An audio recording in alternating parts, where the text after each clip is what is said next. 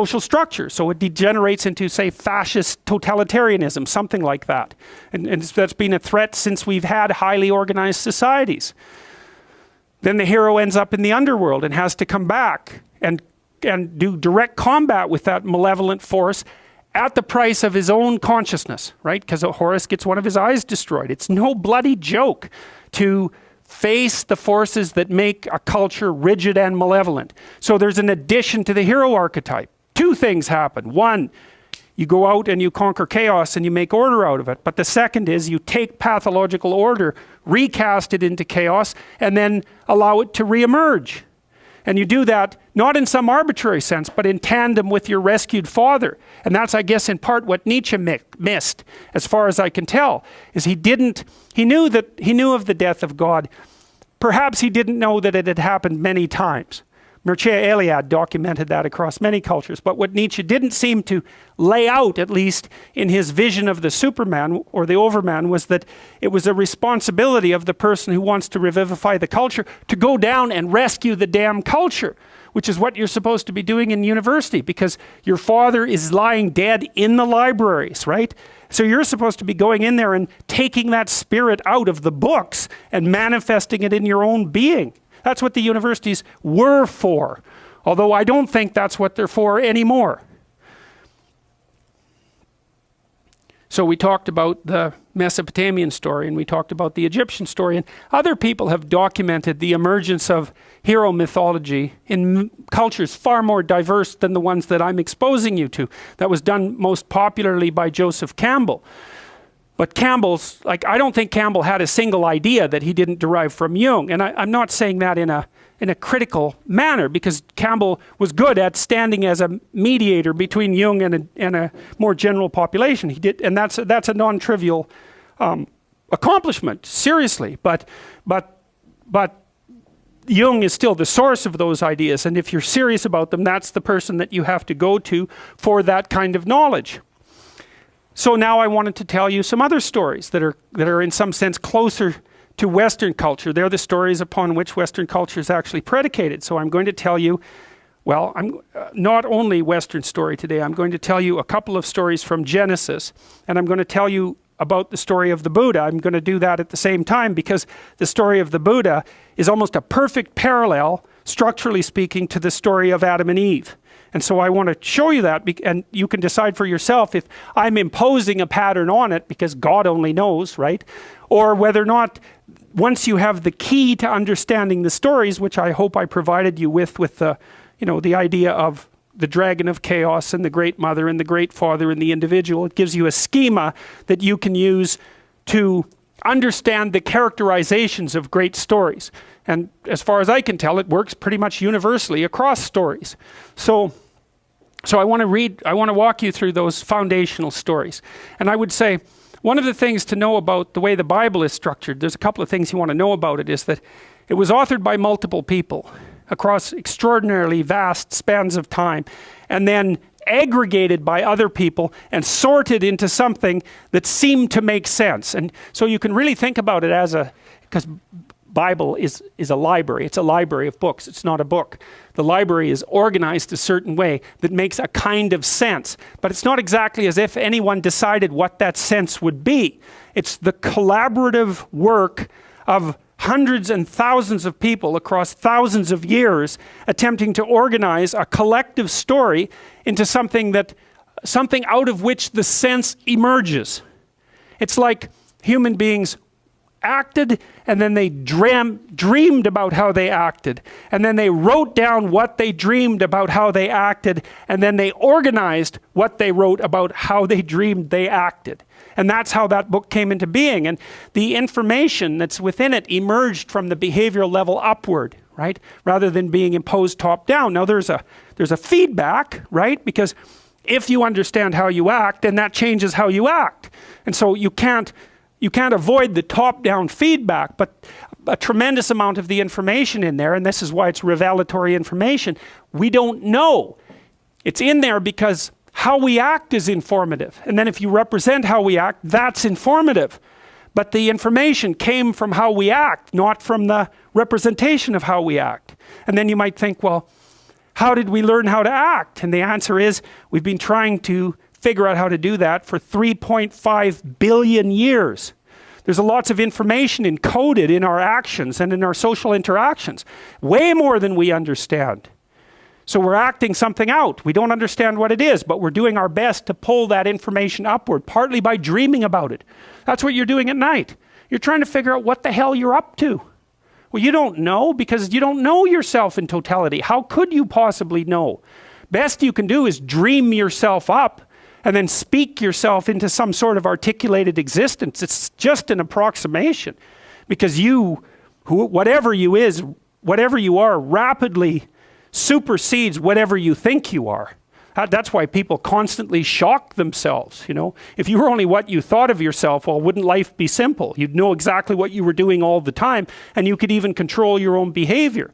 Well, good luck with that. You can't do that for yourself, much less for other people. So let's go through these stories. So they're sequenced. People are trying to make sense out of them. They're aggregating these stories from all sorts of different places, all sorts of different tribes, all sorts of different times, and then trying to make them coherent without losing the content and without doing arbitrary editing. And so part of the reason that the Bible is full of internal contradictions is for the same reason that a dream is full of internal contradictions. Is if you impose too much coherence on it, you start losing the... Look, imagine that you have a impressionist painting. Well, it's messy and the image emerges, and you might say, well, we could replace that with a nice clean line drawing or even a sequence of stick figures and get the basic point across. It's like, well, you would, but you'd lose the richness. The unarticulable richness would be lost in the premature attempt to bring logical closure to the phenomena. And so, in fact, we know already that that's maybe the difference between dreams and waking thought. So, waking thought sacrifices completeness for coherence, right? So, whereas dream thought sacrifices coherence for completeness. And that's not something I'm saying arbitrarily. This is something that has been thought through by people who've been thinking this sort of thing through for a long time. Precise thought excludes too much. An imprecise thought is not sufficiently coherent. So we do both. Precise thought, left hemisphere, linguistically mediated, sequential, logical. Incoherent but complete thought, imagistic, emotion-based, right hemisphere. The right hemisphere even has a more diffuse structure. It's like the right hemisphere is trying to get a picture of everything. Now, it's not going to be a very detailed picture because it's a picture of everything, full of contradictions. But at least it's a picture of everything. And the left says that's not good enough for precise action. And it's not. So we'll narrow that to precision, but we lose the richness. But you need both. So there's an interplay. Well, the documents that the Bible is composed of are half dream and half articulated thought. And they have the advantages of articulated thought and the advantages of the dream, but also the disadvantages of both. So to the degree that it's articulated, it's in a dogmatic box. To the degree that it's a dream, it's still incoherent. But the problem is you have to move through the entire world even though you don't know it in detail. So you need detailed knowledge where detailed knowledge is necessary, and you need vague but complete knowledge where that's necessary. It's a very uncomfortable balance, but we have to face everything even though we don't understand anything completely. Now, Genesis, the first stories in Genesis are, what would you say? Unidentifiably ancient. God only knows how old they are. The story of Noah, here's an interesting thing. I know this guy he's a Kwakwa tribal member and an artist who lives on the tip of Vancouver Island. And the culture he comes from is about 14,000 years old, something like that. And maybe it's been unbroken for 14,000 years, very long period of time. And he's not literate, this guy. Although he's very intelligent, has a great memory, and is also a great artist. And he's told me some of the stories that have come down through the Kwakwaka'wakw tradition. And he was educated by his grandparents who were original language speakers, and he's an original language speaker. So there aren't many people like that left. I think there's only 3,000 in his particular tribal group. They have a story that's the flood story, except it's canoes. And it isn't a dove, it's a crow, but the damn story is exactly the same. It's like, well, what the hell's up with that? In fact, at the end, it's not a canoe, it's a bunch of canoes that are tied together. And at the end, the canoes all break apart, and that's why there are people all over the world. It's like the story of the Tower of Babel, which I'm going to talk to you about today. So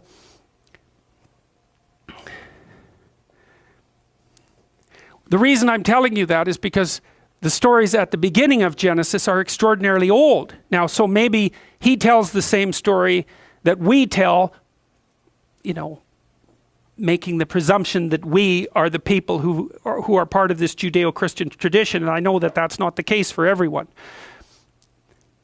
Either he's telling the same damn story and it emerged from a central point so long ago that it's 20,000 years or 30,000 years or maybe 50,000 years since we moved out of Africa, something like that, and the story has survived, which is certainly possible because you think, can an oral tradition survive that long? That's the wrong question. Oral traditions always survive that long. What's radical is that they disappear. We're the radicals.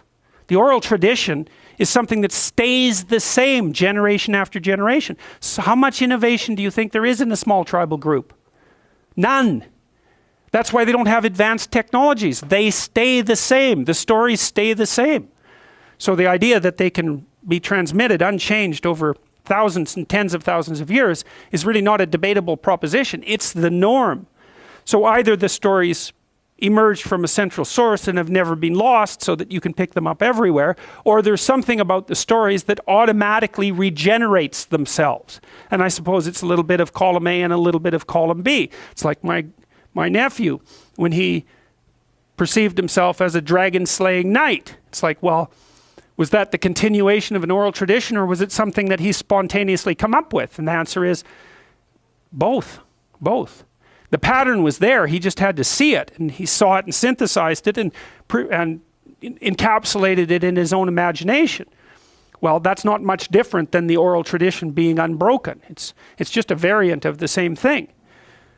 I mean, if you lose a story but everyone acts it out, you can reconstruct the story, right? And if everyone doesn't act it out, then the culture dies, because there's some things about the story that you have to act out if your culture is going to survive. That's the hypothesis. And then that would be where you would search for ultimate values. The stories that enable you as an individual to flourish in such a manner that your culture flourishes in a way to enhance your flourishing, right? That's the right way that you want to organize things. You know that's what you do inside a family if it's functioning well, right? The family functions so that every individual benefits from being in the family, and that strengthens the family. That's what Piaget called an equilibrated solution.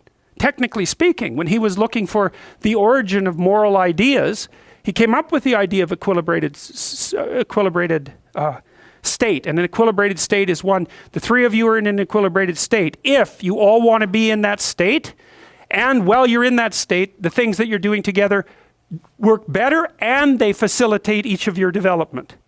Right, so it's the stacking of a set of ethical propositions so that the individual benefits at the same time as the group.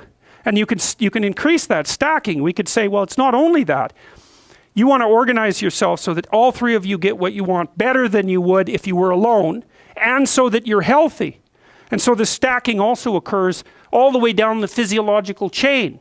You want to be manifesting yourself in the world so that you remain as physiologically healthy as you possibly can. So your stress responses are properly balanced and all of that.